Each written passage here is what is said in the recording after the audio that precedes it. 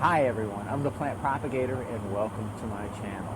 Today is a special day. Well, I have orchids or orchid flasks all around me, so I'm pretty excited. I got in early this morning, made medium, I've poured my plates, I've poured my flasks, I am ready to go. I've been transferring. It's been a great day.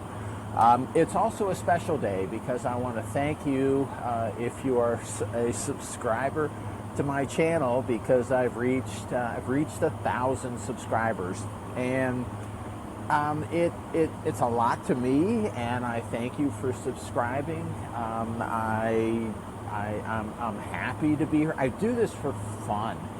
I'm not doing it to get subscribers or to reach some kind of threshold, but it was nice to reach that. I got an email from YouTube this morning that said I've reached that, and so I'm really happy to be there.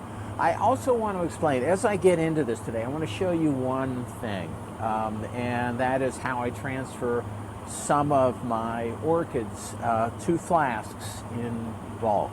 But before I do that, I just want to share with you that flasking, that I'm showing you how I do it, I haven't been doing it for that long, a few years.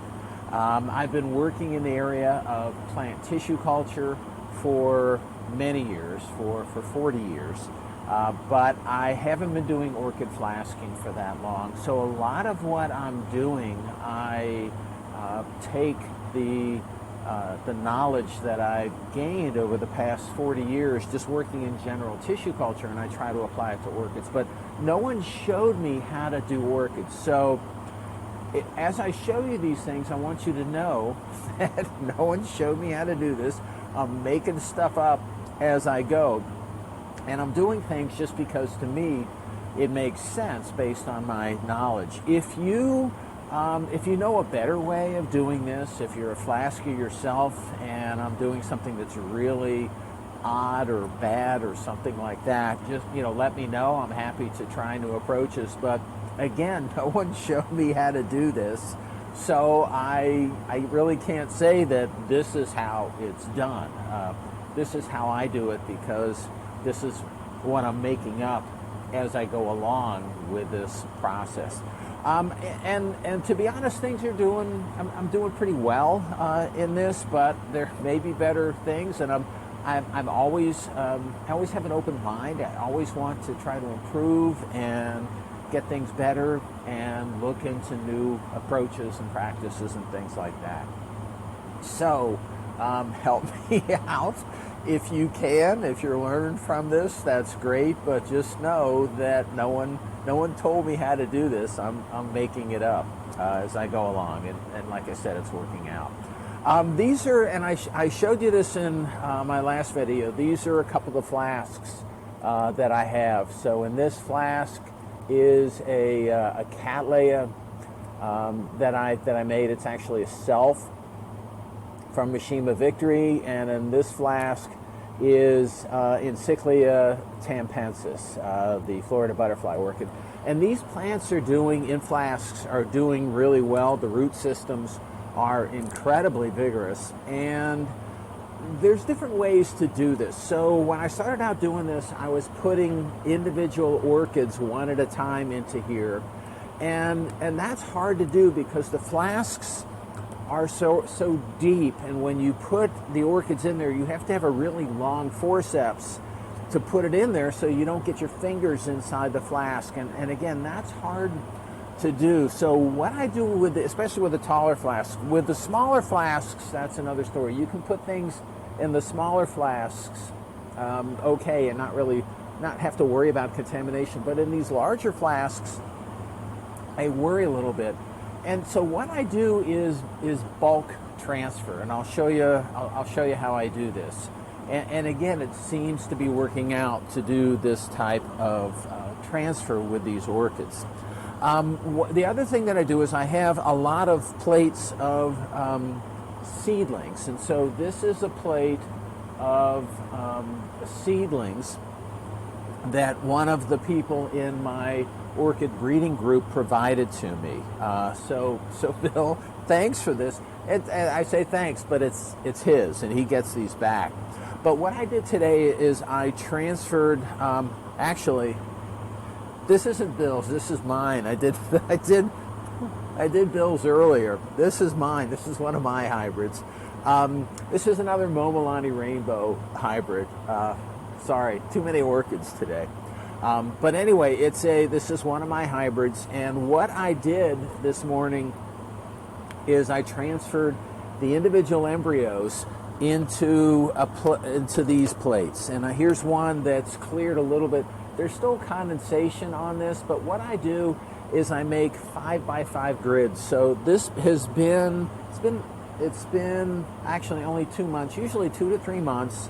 I have these seedlings. After they get big enough, after 2 to 3 months, I then transfer them. I make a 5x5 grid, so 5 orchids, and I fill it in, so about 25, and it's okay to go a little bit more or a little less. It's about 25 seedlings in each of these plates.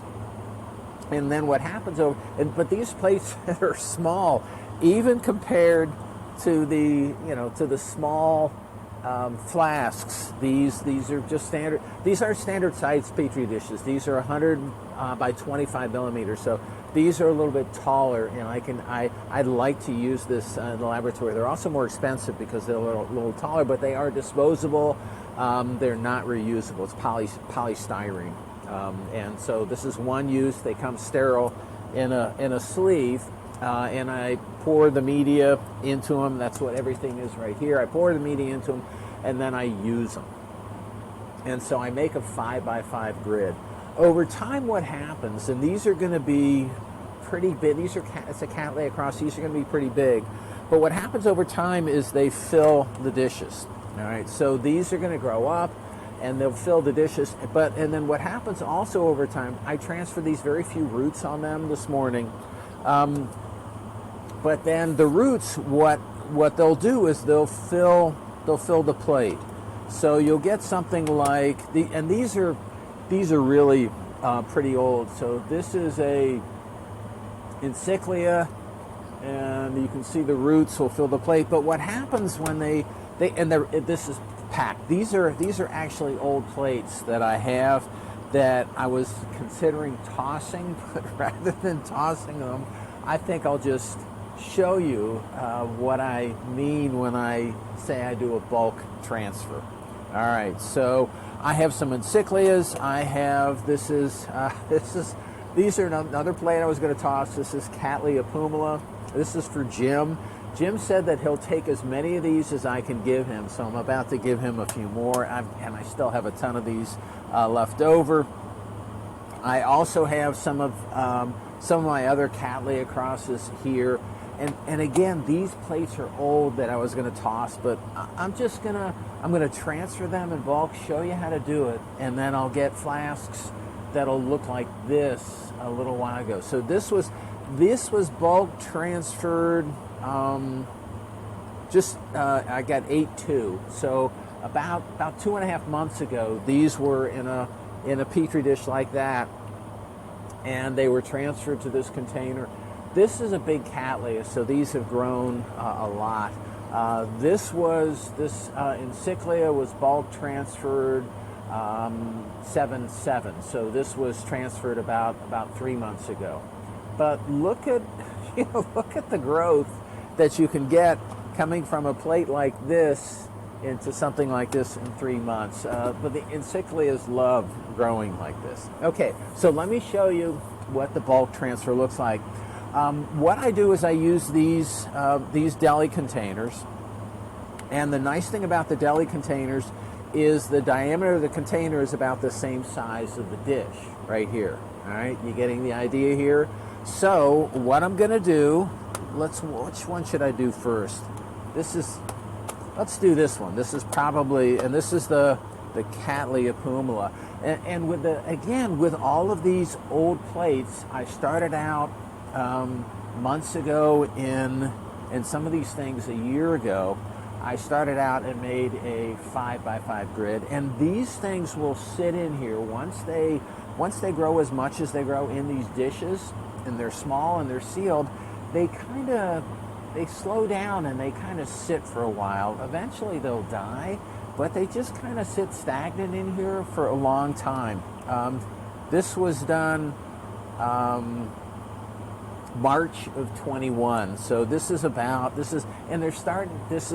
plants in here are starting to senesce a little bit. They're starting to die, but you know, they've been in here for a year and a half, and that's a long time. Okay, so I have my instruments that are right here. They're sterile. I put them in the bead sterilizer, and they're sterile and ready to go. So I pull the top of this container off. I take my sterile forceps, and I'm going to just go in here. There's not much medium left in here. See that? That's just a pancake of medium, and the orchids are on top. And then you just drop it down, make sure there's good connection, and put the top back on. Okay? So that's all there is to it. And these things are going to grow fast. We got to make sure that we keep our orchids labeled. So I'm just going to put this on top. I'll label it carefully later. I want to show you some other ones, and it's the same thing over and over again. Okay, so this is an encyclia. This is Encyclia tempensis, if I can get this off. And I'm trying to be careful when I remove the lids. You got to be careful not to touch the lip of the container. Also, you see me holding the container up. I try not to go over the top of the container with my hands that may not be sterile. I try to go around and try to do things properly. Okay, and then again, I reached over this container before I opened it. It's one aspect of aseptic technique. I open this container up, and it's just a mass of Encyclia tampensis. And then I'm going to do the same thing, pull it out, massive root system. The only potential problem that you're going to have with this is the roots are going to get tangled, but you know, to be honest, the roots are getting tangled anyway. There's so much growth here. There is absolutely so much growth that the roots are going to get tangled, and what you have to do when you deflask is just really mash things up and try to rip them apart as gently as possible. Okay, so that was Encyclia tampensis, and then I have, which one am I going to do? Yeah, let's try this one.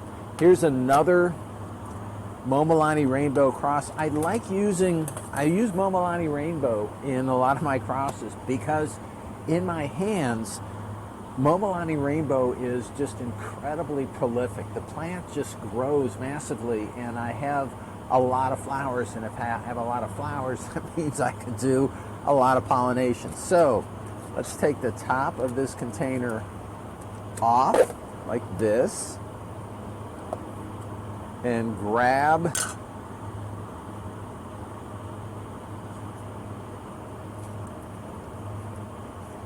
and in this case, you know, there's just a lot going on here.